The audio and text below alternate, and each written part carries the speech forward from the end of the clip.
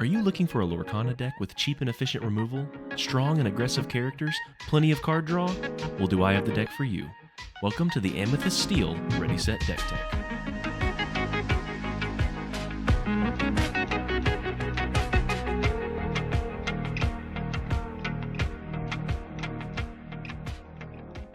Here's the deck list we'll be featuring today. It will also be available to copy in the description if you want to put it on your favorite deck building website. Feel free to screenshot it as well if you'd prefer. To start things off, let's discuss what Amethyst brings to the table. Amethyst offers two things you want in every Lorcana deck. First, card draw. It's easy enough to understand why drawing more cards than your opponent is a good thing. But the second advantage Amethyst offers is value. With the low cost but strong ability characters in this ink type, Amethyst can make 3 ink go a long way, sometimes getting you more out of your 3 ink spent than your opponent gets from spending 4 or more. Now for Steel. Steel offers us 3 advantages that no other ink can currently match. Great challengers at all stages of the game, bodyguards which allow us to quest or challenge comfortably, and cheap and efficient removal effects.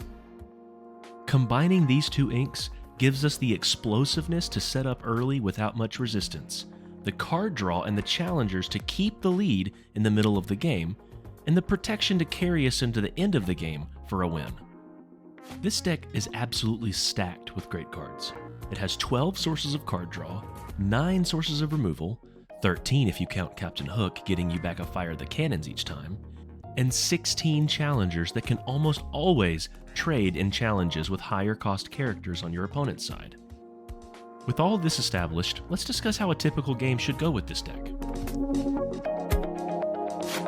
In our opening hand, we should be looking to keep any Fire the Cannons, Pascals, Captain Hook Forceful Duelist, Prince Eric, Maleficent, or Friends on the other side. All of these cards set you up nicely to challenge the board or gain lore freely while not giving up too many resources to do so. A turn 1 Pascal or Captain Hook can immediately get your opponent shaking in their boots because they have to have their own removal or they know things can get out of hand. There aren't many characters that withstand a Forceful Duelist and a Fire the Cannons before turn 5. So anytime that you can use that Duelist or Cannons to get rid of something valuable, you are getting that much closer to victory. As for what to ink at this stage in the game, in the early game you should always seek to ink cards of high ink cost, or cards that you know will not be a part of your strategy moving forward.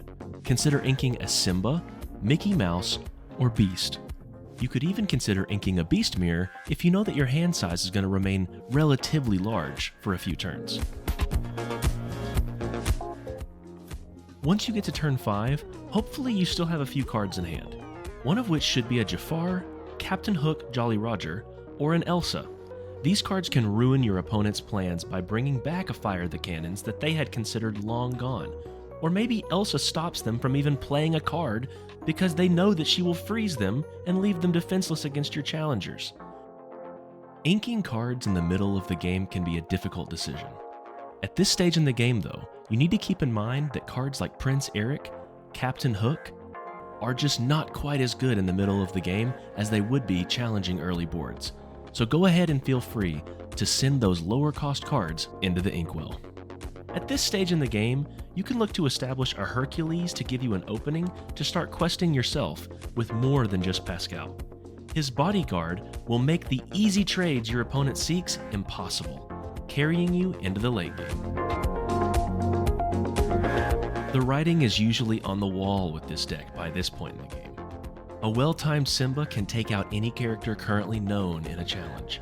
A Mickey Mouse Musketeer can eat an entire turn of challenges from your opponent with his 7 willpower. And repeated Beast Mirror draws can make catching up to this deck nearly impossible. You've more than likely seen more cards than your opponent, gotten more value out of your ink, and removed their characters without banishing much of your own. This is the part of the game where you smile, count to 20 lore while your opponent wonders how quickly they can put this deck together themselves. Finally, to make this deck relevant for a while, here are some cards I would prioritize cutting first as new cards are revealed. Kristoff is obviously the first to go. The 3 ink slot is already pretty crowded, with Hercules, Maleficent Sorceress, Elsa, Smash, and Friends on the other side. so I would preferably cut all 3 whenever you can. Consider replacing him with another high-value card in the 4 or 5 cost ink range. Beast is next on the chopping block because he currently doesn't offer removal of a strong card type. Don't get me wrong, items can be strong, but I believe we can hopefully find item removal at a cheaper cost eventually. Next up is Simba.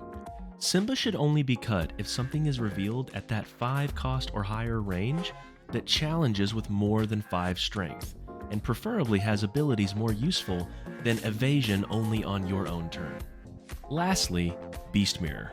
While Beast Mirror is fantastic card draw currently, if more actions or characters are revealed like Maleficent Sorceress or Friends on the Other Side, it'll be an easy swap since Beast Mirror's draw is conditional. This deck has been an absolute powerhouse in the current field of decks, and it has the potential to maintain that top spot all the way through release in August. If you need some more convincing and want to see this deck in action yourself, click the link in the description under the gameplay feature to see a game where I played this deck myself. Hopefully I've convinced you why Amethyst and Steel is the way to go. And as always, if you like this content, please consider subscribing and clicking the bell to be notified when we upload. This is Jacob from Ready Set Draw, ending my turn.